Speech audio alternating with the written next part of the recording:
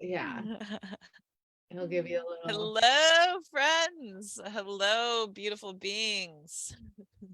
Oh, I love that. Yes. We're Indeed. here. We're We're live. here. We're ready. We're ready. Look at us. Look at us, Yes, little let's station. go. To talk about Flow Jam 10th anniversary. Ah, Oh my gosh, thank you. I feel like you should be the interviewer. I would love for you to take over. Oh my gosh, please. Yes, let's talk about Flow Jam. oh I my gosh, Flow Jam. I am so excited to come back to Flow Jam. Last year was actually my first year there. I didn't know before that, and it was actually a friend of mine who had taught at them before that got me kind of into it, and it was like one of my favorite festivals. It's just amazing people, amazing vendors, really great workshops, great musicians, and just such like a community vibe that was so good. It was like a place where I met so many people that I'm still in touch with now, and that like it's such a great way to like connect and interact, especially people in healing arts. It Mhm. was really nourishing festival. So I'm excited for year 10. I'm excited for you too, celebrating, year 10. And I know it's like going big this year. And all of the communications I've been getting have been amazing. All the teachers I've been seeing going out. So I couldn't be happier. I'm really excited. Yeah, to come back and to get to work with you again too, because I just really admire your work Oh, and all that thank you you. do. So it's exciting and yeah, Oh, that makes me feel so good. And I yeah, love that last year was your first year, and like immediately you can be engulfed in like this tribe community that, it's almost like once you're a part of it, it feels like you were always a part of it. Um, yeah. that makes me really happy and is like definitely a sign of just, I was thinking about it the other day, or actually I've been thinking a lot about it because I'm gonna like do something at Flow Jam to celebrate, um and I was thinking just about like the initial people that really started it and started, this like, family vibe, because we were all like, at least I was close to all these people that kind of like have been with us for the whole time. And over the years, like I look to them to see, okay, what do they think would be good? Like, what are what would make them laugh? And like that has like created a ripple effect to like, have people join and feel that like closeness, because it is a smaller festival. But like the ripple effect and the influence that these people have that come together is like, I mean, It's a really big pretty, impact. pretty big. Yeah, pretty big people. So, or like Yeah, just a lot of authentic, real people doing really good stuff in the world. yeah. That's really what it feels like, and it just feels like the authenticity.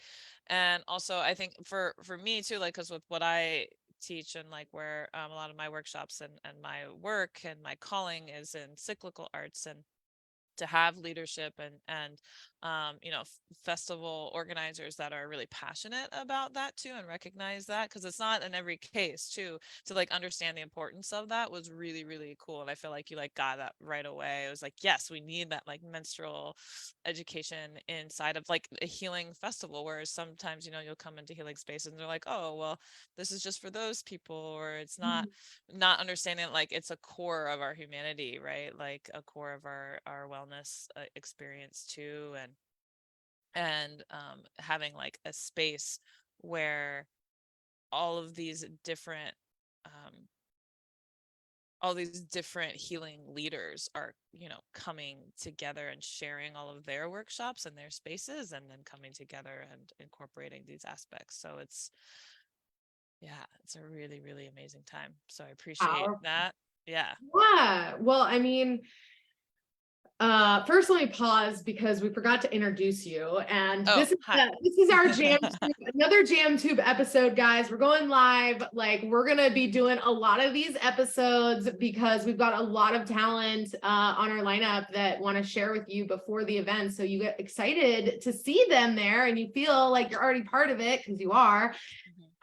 So we are here with Lexi Mondot. Am I Yeah, pronouncing so Lexi Mondot, also known as Mondot? the Cycle Witch, and I do cyclical coaching. So I coach people on lunar, solar, and menstrual and or infradian rhythms and cycles, and how to live in flow with them to not just live their most in their most well, like live in wellness and their in their flow, but also access like their most creative potential and power within themselves, aligning with, you know, their inner forces of nature, but then also working with leaders so that they understand these flows so that they can reduce any harm that might be causing they might be causing their own clients with like more of that linear time model that is the dominant form in most of our businesses and families and structures and ways of living. So it's my favorite thing in the world to talk about, and it's and so I just am so grateful, yeah, to have space here to talk about it, and also at Flow Jam, and to share that, yeah, to share Yeah, that I think, with attendees. I definitely thank you for that, by the way, because obviously I couldn't introduce you the way that you can introduce yourself. And that explanation is very valuable because it's just, when you first applied and I look at the applications and I look for things that are, are different, like that haven't been like highlighted as much, among other things that I look for, but or that we look for as a team. But yeah, I, as a female too, just knowing that this needs to be more present in our culture and conversation, and like the Western world really has kind of hidden that and put all of that on, like, Yeah. like it doesn't exist type thing. Like we'll just erase it from, consciousness and history, and it's part of our everyday. So I would love to hear, more about how you got into this, like Yeah. how you came to be, and your passion for this. What results have you seen from living in this way in your own life? Mm. I know Ah, is a lot, everything. right? Everything. Everything. So yeah, I'm happy to talk about it. So I mean, my story is I since I was young, I always had this narrative and was told that I was somehow broken, like there was something wrong with me. And there's a combination of factors. One, I'm neurodivergent and queer, so there's those that were playing into it already, that like not fitting into this model. And then the big thing was having a womb, and navigating having a womb in this world just kind of always taught that there was something wrong with me, particularly when I got to the years of having menstruation. Had just like really horrible cramps, like I'd be bedridden or like in bathtub for days at a time. And but it wasn't just during menstruation, it was also all throughout the month, just mood swings. I was misdiagnosed with all types of like mood disorders and things, because my hormones were so imbalanced. And on top of that, because of this whole broken narrative, when it kind of cracked and got came to its peak, I guess, like dark night of the soul, as some people call it, just really going to that low point, and that cracking point, and finally falling upon actually a book called Cunt, which actually talks about like the history and etymology of the word, actually meaning that of a goddess or priestess or shaman, and how our wombs actually cycle with the moon. And that words and language in a society signify kind of how we view those things in society. And so that the status of people with wombs was that of the most vulgar word in the English language, and coming to terms with that, and that it actually wasn't always like that, and that actually patriarchy is very young in humankind, like, 200,000 years old humans, and only like 4 to 6 thousand years of that is in a patriarchy. So it's like a very young thing, and it kind of like opened up that consciousness and that extreme curiosity. It was like, oh my gosh, I need to know more. um, and learn that, yeah, we do in fact cycle with the moon, that the moon dictates our hormones. And so it's not just people with wombs, but all humans, plants and animals, since it dictates the water element. We have this monthly infradian rhythm and cycle that we understand what it's like when we disrupt our circadian rhythm, that daily rhythm, like if we lose a whole night's sleep. But since the patriarchy, we've been losing essentially a whole night's sleep every cycle by not living in tune and disrupting our infradian rhythms for like 6,000 years. And yet we keep thinking this pathologized thing that's put around the womb and around infradian cycling, that, oh my gosh, there's something wrong with me. Like I'm somehow broken. I need to get a hysterectomy to get rid of the hysteria. I cycle with the moon, the luna. Lunatic is someone who cycles with the moon. And so lunatic, and the way we view lunatics, is more or less negative in our society. It's been demonized to be someone who cycles with the moon. So not only is it demonized, but all of our awareness of it has completely been wiped clean. And it's not by accident. Like we don't actually learn how our cycles work. And so when I started to dig in, I learned it's not just like, oh, we menstruate and then there's like this other part of the month when we're not menstruating. There's actually 4 very distinct phases where we biochemically become 4 different people designed to do 4 different things. Like you're in your luteal phase, you might be with child, so you're biochemically designed to have a heightened sense of smell, taste, sound, all of the things, and you're on very high alert. So we call that premenstrual phase. It's actually very useful and a wonderful time of the month that I love. It's now one of my favorites. But it's actually very much demonized in our society, that pathologizes the experience of these cycles, right? So I could go on forever and go into all of the 4 phases. I'm not gonna do that, but we do have these 4 phases that cycle very much the same as the Earth does. So we have our own inner winter season, which correlates to menstruation. We have an inner spring, which correlates to the follicular phase, an inner summer, which correlates to our ovulatory phase, and then an inner autumn, which correlates to the luteal phase. And we are experiencing this every single month, and we've been so out of tune with it that we have we've been so out of tune, and we end up, hating ourselves for not being able to meet the standards of a society that lives on a circadian testosterone hormone based schedule and cycle. And we're just like beating ourselves up and not doing well. And then even in our healing programs, like in yoga classes, I'll see this, like in our workout schedules and things, we won't take into account these changes, and actually just put excess stress on the body, and then we blame the hormones for the issue, when it's not the hormones, it's just an imbalance of the hormones, because we have been disrupting these phases for 6,000 years. And so there's the disruption in our lives, in our daily lives, of the phases of not living in tune with it. It's like paddling upstream. Like Yeah.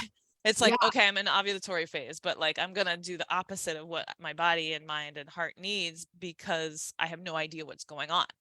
And this lack of knowing what's going on is not a mistake. It was very intentional, right? So um when we think about this knowledge of like midwives and doulas and the beautiful art of the seasons of the womb and the seasons of our infradian cycles, which all genders have one, right? So even people who don't have wombs and are testosterone dominant will have an infradian rhythm. A lot of times testosterone will descend around the full moon, and they have very similar hormonal cycles in that rhythm, so that require for like a rest period and a more productive period, and different times, like fertile times where we become more and less fertile. um oh my gosh, and I forgot what I was going to say. Oh, I remember.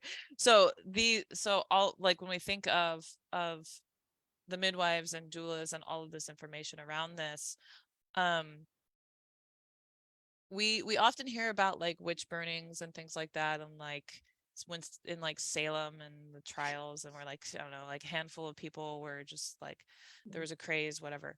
Um, we don't really hear about what actually happened in old Europe, where we had 6 to 9 million people actually killed with who practice pagan nature religions, majority of which were women, were targeted by the Malleus Maleficarum, which was the decree in like the 1400s to go after witches, and it was targeted at essentially women. It was like a mass femicide, and we don't really talk about how that has left a huge trauma on us as humans, not just as people with wombs, but humankind in general. That massive knowledge and that basis of the moon and its complement to the sun, right? The yin energy, the cold energy, the chaotic energy, the creative darkness. Like we live in the kind of this like light supremacy, even healing arts culture too sometimes, where it's like that lightness, and it's like, well, this darkness, your luteal phase, your inner autumn and your inner winter are just as important. And you can see it happening on the earth. So the way that we're treating our bodies is similar to how we're treating the earth, right? So if you think about in the winter time and the autumn seasons, how we have all this artificial heat and all this artificial things resisting the actual cold, calm, rested, quiet, and we become just as productive in the wintertime. And it's like flowing and flowing and pushing and pushing, and we're not living in flow with the season. And in the same way, we're doing that in our bodies, where when we're menstruating, we're not supposed to be running marathons. We're supposed to, like, I like the phrase, like, anything you can do, I can do. Bleeding, like, I can. And my mother's generation had to get their foot in the door, but like, I don't have to. And I'm not going to, because I'm not going to burn my body out. Because now that I have embraced this, and now that I have stopped living in denial of these seasons in my body and in my spirit, it's just been a complete transformation. Complete transformation. Like, I love my periods. Not only do I love them, but they're a huge source of creativity. Because when you think of these seasons, like the seasons on the earth, it's the life cycle, it's the creative life force cycle, right? Like, how do we have all these flowers? How do we have this flourishing earth every single year? It's because it allowed itself to incubate and rest in the winter time, and then allowed itself to slowly plant seeds and be playful and fertile and horny and wonderful, and do all the things and create and love and come together, and then the summer like flourish with new life. And then the just as important as all of those aspects is death. Really Mhm. loving that death, that dying of the luteal, of the inner autumn, of the autumn season, of just letting it to be beautiful, going out with bursting colors, getting cold, the veil between the two worlds becoming much thinner, and being able to access the spirit world and the darkness, and work on those shadows and allow ourselves to die, and move into a rest period before we rebirth again, so that we can evolve with every creation cycle, right? Every single creation cycle, we are re-evolving, we are re-incubating, recreating, and thinking about how we're going to flourish in the next. So this cycle lies within us, as above so below. Everything that's happening on the earth, that's happening inside of us, and it's happening every single month. And so now that I've accessed this, I can access like my most potent creativity and my highest creative potential that can go in flow out of me. And because I allow it to have those phases, and I honor them without any shame and enjoy them. So not only is my health and my alignment like better than it's ever been in my life, but also my creative passions are fully aligned with my inner knowing and inner sense and inner intuition, right? Because I'm truly tuning into that womb center. The womb is so smart. It's designed to create, right? Our brain is designed to be afraid of things for our survival. Like, that's the brain's job, and it does a really good job. And it's like, well, what about that email that I didn't send? Well, what about the thing? And it's like, it's like there to protect us, right? It's there to make sure that we understand fear so that we survive, and it's done its job in keeping us physically alive. But the womb's job is to create. So when we can access its cycle and tune into that, we can tune into our intuition of where we really want to go and be doing creatively, rather than all of the fears that are here. So it's like that twofold. There's like a wellness in the physical and in the mental, but also in the spiritual and ethereal and all of those things that are really, really important for us as humanity to tap into, um, because we can continue to say we want to save the planet, but like we need to save ourselves. Like it's not until we honor these cycles within us and learn how to do it without any shame of those non-productive periods, like when we are in our inner winter. No shame about those periods where we are literally dying right before menstruation, where we're going through an ego death, right? The earth goes through death, but us in premenstrual, we go through an ego death. And we have to let the part of the ego die for us to allow ourselves to release and grow into that next phase, that next cycle, creative cycle, to evolve, continue evolving as humans. And so in order for us to fully embrace that, the shame has got to go. And what I say, I give kind of acronyms. I don't know if it's called acronym because it's just 3 P's and 3 S's, but the 3 P's and the 3 S's of patriarchy, that keep us from living in tune with cyclical living. So cyclical living is one aspect. It's like understanding the seasons, right? And so there's the seasons on the earth and living in tune with those. And then there's understanding the same 4 seasons are happening with the moon and living in tune with those, right? Because the moon also has the new moon's like our winter season, and the full moon is very similar to that summer energy. And then we have our own internal infradian rhythms. So some of us who menstruate and some of us who don't menstruate but still have that inner infradian. So we have those 3 buckets of seasons all happening. And in order to, there's like understanding how they work, but then there's the other side, which is the mindset. It's the mindset of the patriarchy that keeps us from living in tune with these. And we might think of it, like it might not be what you expect off the top of your mind, but the things that we have internalized that keep us from living in tune with those. So my 3 P's are perfectionism, people pleasing, and productivity shaming. So those are things. It's like, yeah, we can understand. We can say, okay, let's make less plastic, but are we hating ourselves for not being productive when we're meant to be resting? Because if we're still doing that, we are still overheating ourselves and the earth. And then the 3 S's would be shaming, self-sabotage, and self-hate.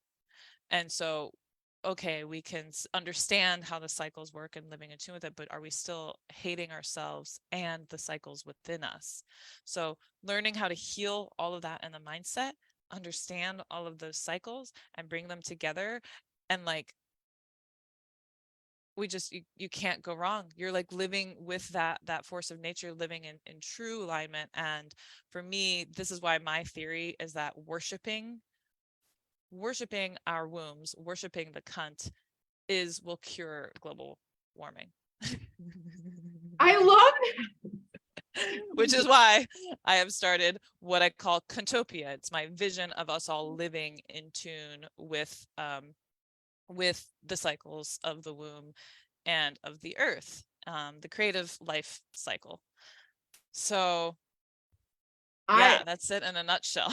Dude, I'm in it. I'm like in it. Like throughout the time that you're talking, I had like tears, feelings, like especially about the death, because I've had to really sink into that, losing two like really, two close family members, my dad being one of them. So, and it happened in like as like the leaves were falling, and then like in the dead of winter, and just to like really embrace that process of just like going inward, appreciating the life, appreciating the death, like it's all beautiful. And then like entering into like not figuring out using the mental, but I love what you said about the veil becomes very thin, like, and especially in winter, because like of all that's happening. So I've been really trying to tap into building my relationship with them on the other side, and like, slow down enough to receive information from them. Like I've been meditating more, just, because I think, this festival has a lot to do with my own healing that, I went through with them. So, this is like the first time that they're not going to be here, even though they started losing their minds to dementia like 10 years ago, or well, my aunt a lot earlier. But anyways, it was very powerful to just even hear you speak about it, because it's, something that resonates with me as very true. And, to have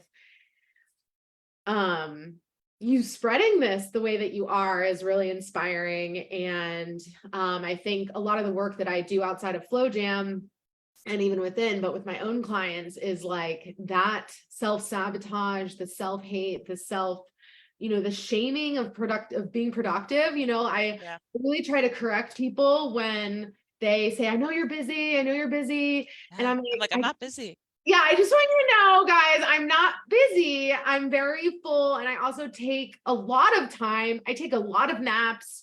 I, choose not to do some things, not to respond to emails, as I will, based on all of the things, right? Like, and it really took me a long time to get out of like the shaming of like not being productive, because like actually the downtime, just like the planet, like you were saying, is like when you get to tap into the creativity. And as someone who, like, I think we have a very similar story about growing up, just with like being diagnosed with all these mood disorders, when really like, I'm a 12-year-old going through, these changes that are happening in your body that nobody's talking about, like, and judging based on your behavior and, the environment that you're in, what you're doing, and then here's some pills to fix you.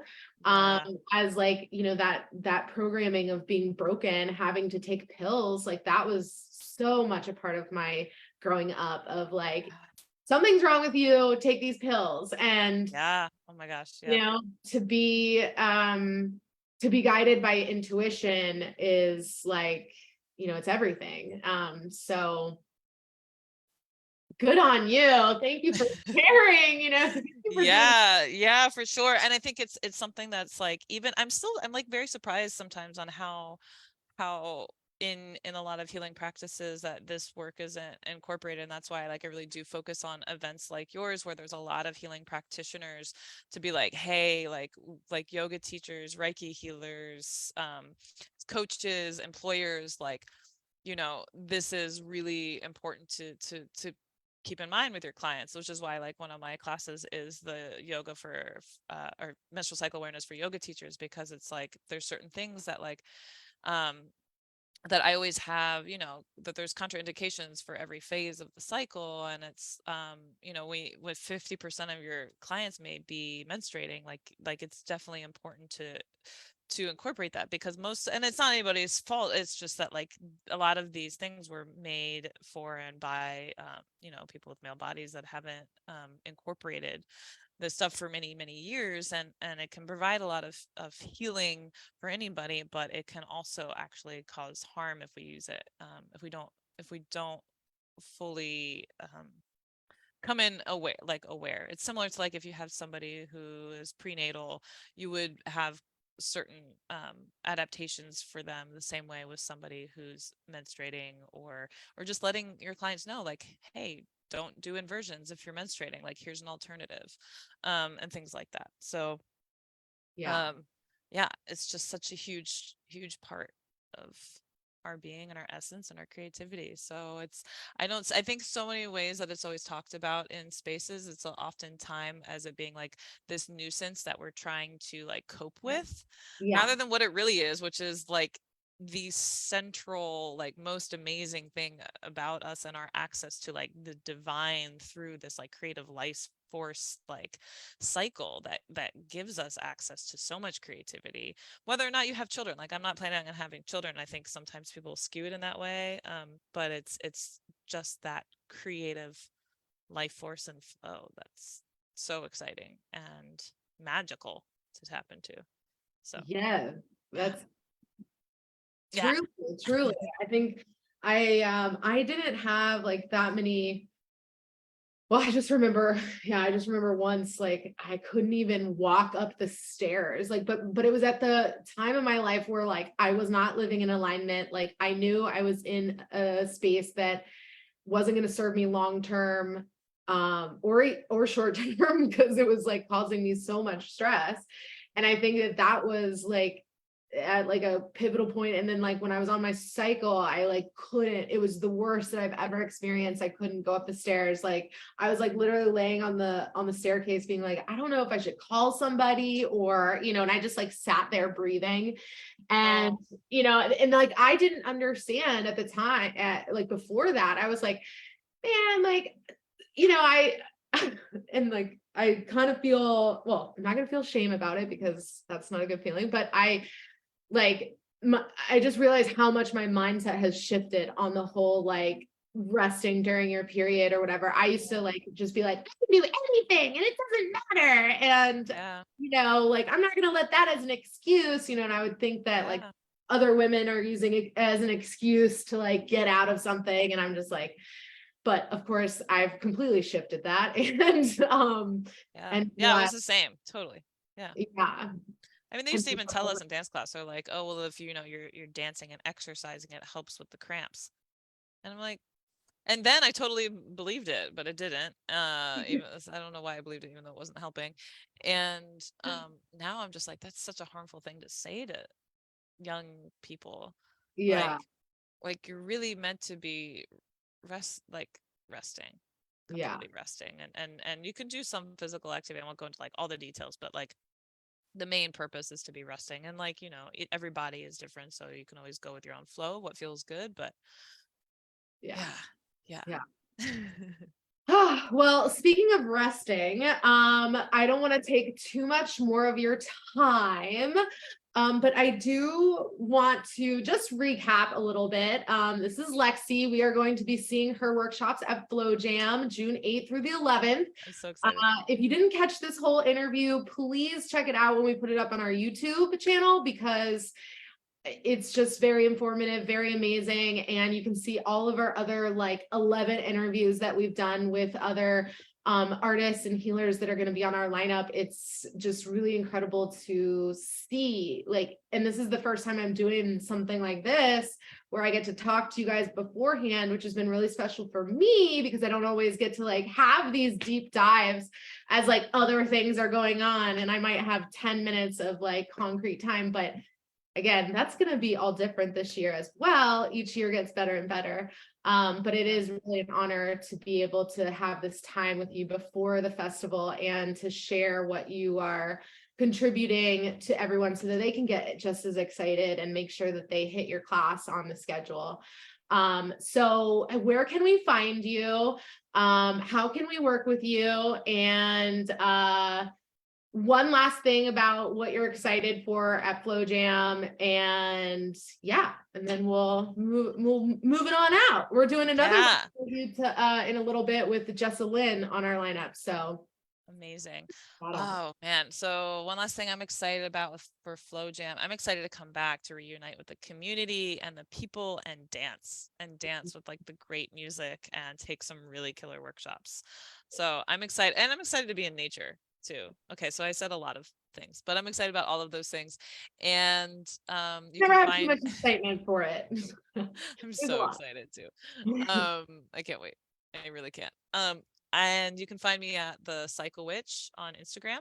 You can also find me at thecyclewitch.com. And the ways you can work with me, so I do one-on-one coaching. So I have a one-on-one coaching program, and so that's for wellness and life coaching and mindset.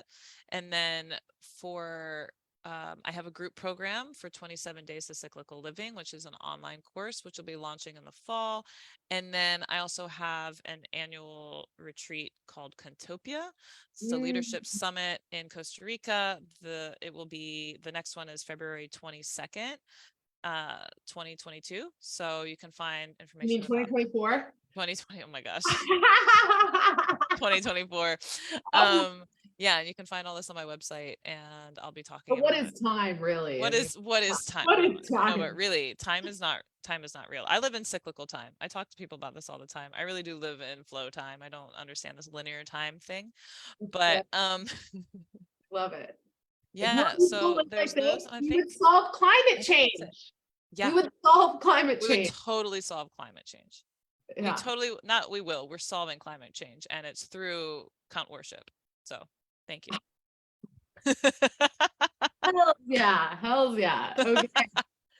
Thank you. Thank you so much. Oh my gosh. Okay. I'm gonna end this bio on Instagram and on Bye, Facebook. friends.